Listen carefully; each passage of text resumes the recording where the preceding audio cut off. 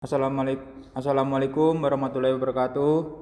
Selamat datang kembali di diskusi kelompok tentang problem based learning mata kuliah hukum lingkungan. Saya Muhammad Hafiz Ramadhani selaku moderator. Jadi hari ini kami akan membedah tentang trigger case kedua mengenai rencana pembangunan PLTU batubara di tengah komitmen transisi energi. Jadi di sini saya bersama rekan-rekan saya ada Abi, Zahra, Tata, Agung, dan Farel. Seperti biasa kita akan menggunakan metode 7 jam. Mari kita mulai dengan membaca dan mencermati skenario kasusnya bersama-sama. Baik, setelah membaca kasus di atas, silakan jika ada yang ingin memberikan tanggapan awal sebelum kita mengklarifikasi istilah-istilah kunci di step pertama. Baik, saya Zahra. Izin menjawab, kasus PBL 2 ini sangat krusial karena merefleksasikan dilema nyata yang dihadapi Indonesia saat ini. Memilih antara menggenjot pertumbuhan ekonomi lewat energi murah atau konsisten pada komitmen iklim global. Ini bukan sekedar isu ekologi, tapi sengketa kebijakan hukum yang sangat kompleks. Tepat sekali. Isu makro yang sangat menantang. Mari kita langsung bedah secara sistematis mulai dari step pertama, yaitu clarify terms.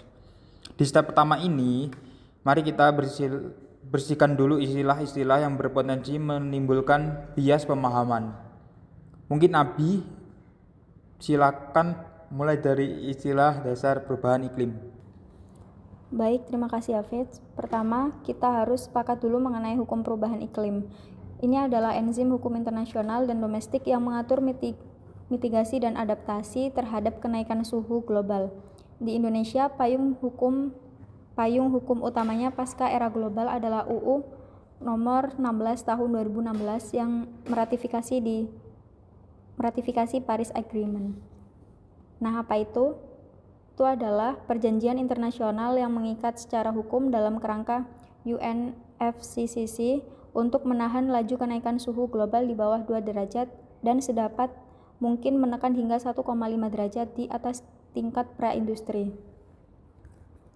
Menambahkan dari Abi, di dalam Paris Agreement dikenal target net zero emission atau nol emisi karbon bersih NZE bukan berarti sama sekali tidak memproduksi emisi, melainkan kondisi di mana jumlah emisi karbon yang dilepaskan ke atmosfer seimbang dengan volume emisi yang diserap kembali melalui carbon sink seperti penanaman hutan atau teknologi carbon capture. Saya ingin mengklarifikasi istilah climate justice atau keadilan iklim dan intergenerational equity atau keadilan antar generasi. Climate justice memandang perubahan iklim sebagai isu politik dan etis, bukan sekedar lingkungan. Artinya beban dampak perubahan iklim harus dibagi secara adil, terutama melindungi komunitas rentan yang paling sedikit memproduksi emisi tapi paling terdampak. Sedangkan intergenerational equity adalah prinsip hukum yang menyatakan generasi saat ini memegang bumi sebagai amanah bagi generasi mendatang, jika tidak boleh mewariskan kerusakan.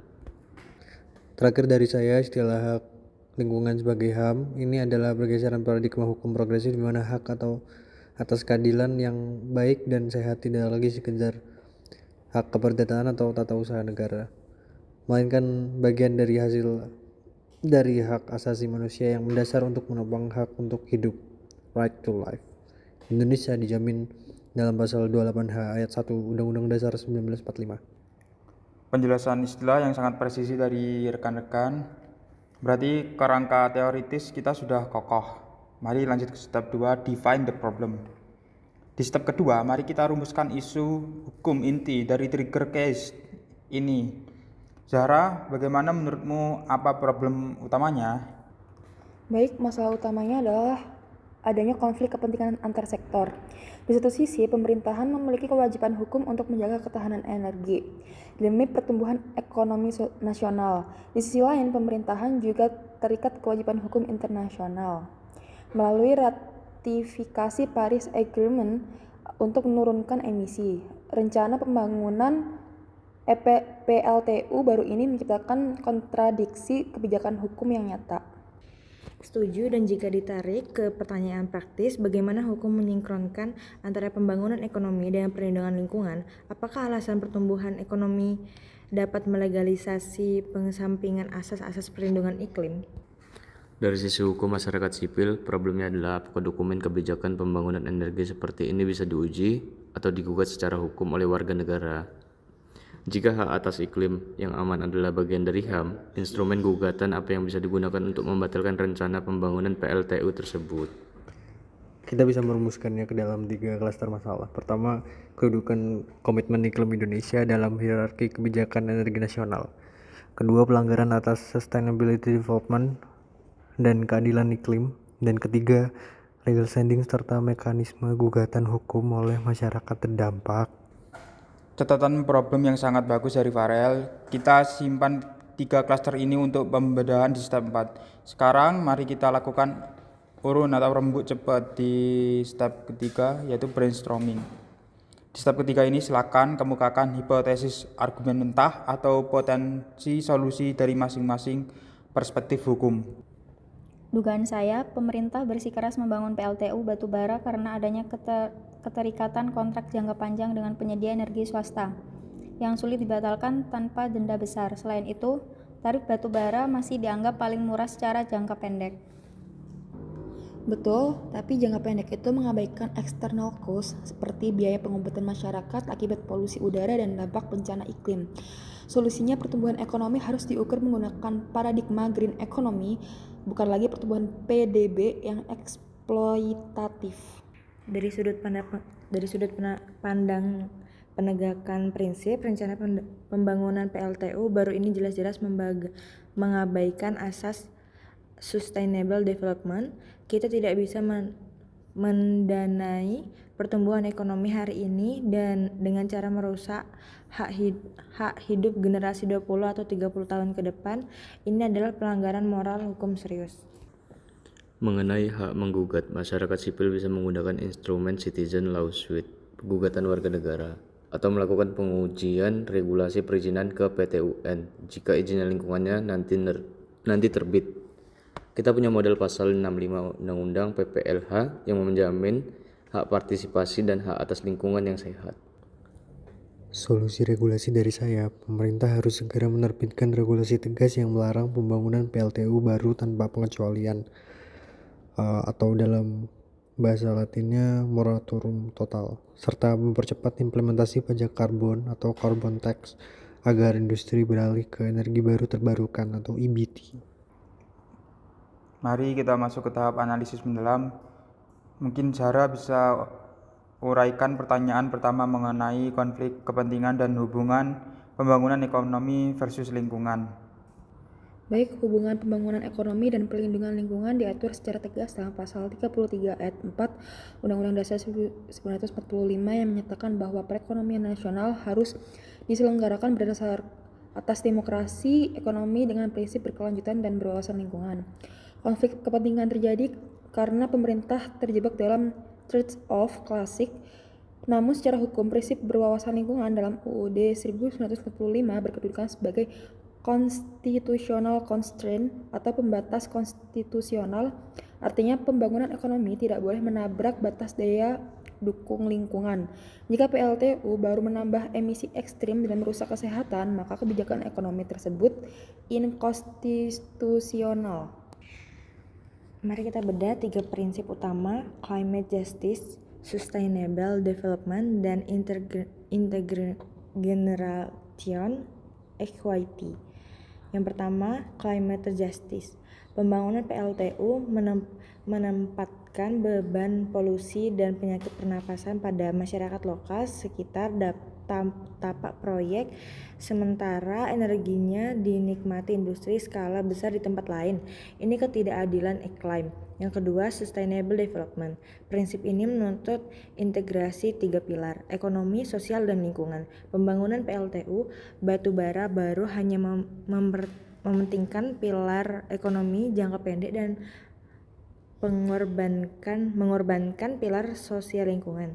Yang ketiga, intergenerational equity batu bara melepaskan emisi karbon yang bertahan ratusan tahun di atmosfer. Membangun PLTU baru sekarang berarti merampas hak generasi mendatang untuk menikmati iklim baru yang stabil. Analisis prinsip yang sangat komprehensif. Mungkin Tata sekarang, Agung, bagaimana posisi hukum masyarakat? Apakah mereka punya hak gugat atas kebijakan ini? Ya, mutlak memiliki hak. Landasan hukumnya ada pada status hak atas lingkungan yang baik dan sehat sebagai HAM, mengacu pada Undang-Undang Nomor 32 Tahun 2009 tentang PPLH dan putusan-putusan Mahkamah Agung. Terdahulu, masyarakat sipil memiliki legal standing melalui beberapa jalur hukum.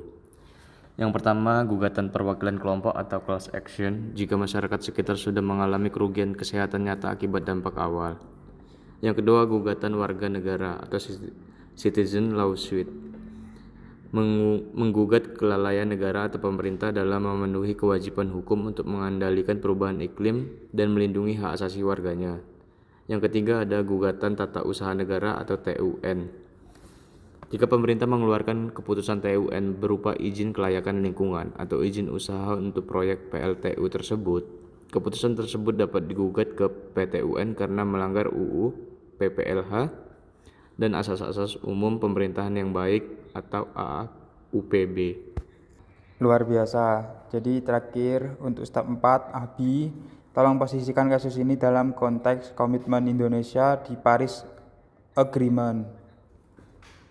Indonesia telah meratifikasi Paris Agreement melalui UU Nomor 16 Tahun 2016. Berdasarkan instrumen ENDC, Indonesia berkomitmen menurunkan emisi secara sukarela sebesar 31,89% atau hingga 43,2% dengan bantuan internasional pada tahun 2030, serta mencapai NZE pada tahun 2060 atau lebih cepat. Tindakan merencanakan PLTU batubara baru yang merupakan kontributor emisi terbesar secara internasional mencederai prinsip hukum good faith atau iktikat baik dalam pelaksanaan perjanjian internasional. Indonesia bisa mendapat rapor merah dan sanksi moral atau diplomatik dari komunitas internasional, serta berpotensi kehilangan akses terhadap pendanaan hijau global seperti Just Energy Transition Partnership atau JETP. Analisis yang sangat kaya dan multi perspektif, kita telah menjawab seluruh pertanyaan diskusi secara mendalam. Sekarang mari rumuskan panduan belajar kita di step 5, formula learning objective. Abi, tolong sebutkan learning objective yang harus dikuasai mahasiswa dari pembahasan kasus ini. LO pertama, yaitu mahasiswa mampu menjelaskan kerangka hukum perubahan iklim baik di tingkat internasional maupun implementasinya dalam regulasi nasional di Indonesia. LO kedua, mahasiswa mampu menganalisis substansi Paris Agreement beserta mekanisme nationally determined contribution Indonesia. LO ketiga, mahasiswa mampu menguraikan konsep net zero emission dan aplikasi hukum transisi energi dari fosil ke energi terbarukan. LO keempat, mahasiswa mampu mengartikulasikan doktrin climate justice dan penerapan prinsip intergenerational equity dalam sengketa kebijakan lingkungan. LO kelima, mahasiswa mampu mengkonseptualisasi hak lingkungan sebagai HAM serta mengidentifikasi instrumen hukum publik yang tersedia bagi masyarakat seperti citizen lawsuit dan juga gugatan TUN. Di step ke-6, mari interpretasi sumber hukum dan literatur wajib untuk menyusun laporan akhir kita. Agung, silakan dari regulasi dasar. Untuk regulasi wajib, Undang-Undang Dasar 1945 Pasal 28H dan Pasal 33 Undang-Undang Nomor 32 Tahun 2009 tentang PPLH, Undang-Undang Nomor 16 Tahun 2016 tentang pengesahan Paris Agreement, serta Perpres Nomor 112 Tahun 2022 tentang percepatan pengembangan energi terbarukan untuk menyediakan tenaga listrik yang mengatur rencana phase out PLTU. Alhamdulillah, diskusi kita hari ini berjalan sangat luar biasa dan substantif melalui 7 tahapan 7 jam. Kita berhasil membedah sengketa iklim dan PLTU batubara di kacamata hukum lingkungan nasional maupun internasional. Kita sepakat bahwa ketahanan energi tidak boleh mengorbankan keadilan iklim dan hak generasi masa depan. Terima kasih kepada rekan-rekan saya sekalian. Argumen hukumnya yang sangat luar biasa cerdas. Semoga diskusi ini bermanfaat bagi akademis hukum dan pejuang keadilan lingkungan di Indonesia. Wassalamualaikum warahmatullahi wabarakatuh.